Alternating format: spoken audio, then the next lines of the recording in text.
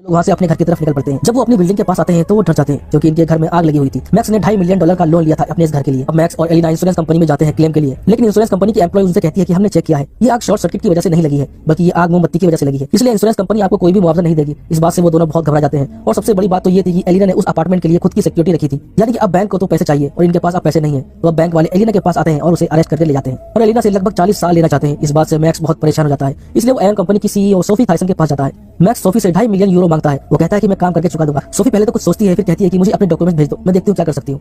लेकिन 2 हफ्ते बीत जाने के बाद भी सोफी थाइसन का कोई जवाब नहीं आता, तो मैक्स और एलिना की वकील लूना एयरन कंपनी में जाते हैं जहाँ पर एलिना को रखा गया था, लेकिन स्टाफ उन्हें एलिना से नहीं मिलने देते क्योंकि वो 2 घंटे बाद एलिना की ड्यूरेशन है, मतलब 2 घंटों के बाद एलिना से उसके 38 साल ले लिए जाएंगे। इस बात से मैक्स बहुत गुस्सा हो जाता है और वो जबरदस्ती अंदर घुस जाता है, लेकिन एक सिक्योरिटी गार्ड उसे पकड़ लेता है। अब वो वक्त आ जाता है जब एलिना से उसकी जिंदगी के पूरे 38 साल छीन लिए जाएंगे। एलिना बहुत रोती है, चिल्लाती है, मगर किसी को कोई फर्क नहीं पड़ता। वो लोग उसे एक इंजेक्शन लगाते हैं, फिर वो लोग उसका किसी तरह का एक ऑपरेशन करते हैं। इसके बाद मैक्स एलिना को लेकर लोकल एरिया में आ जाता है क्योंकि उसके पास अब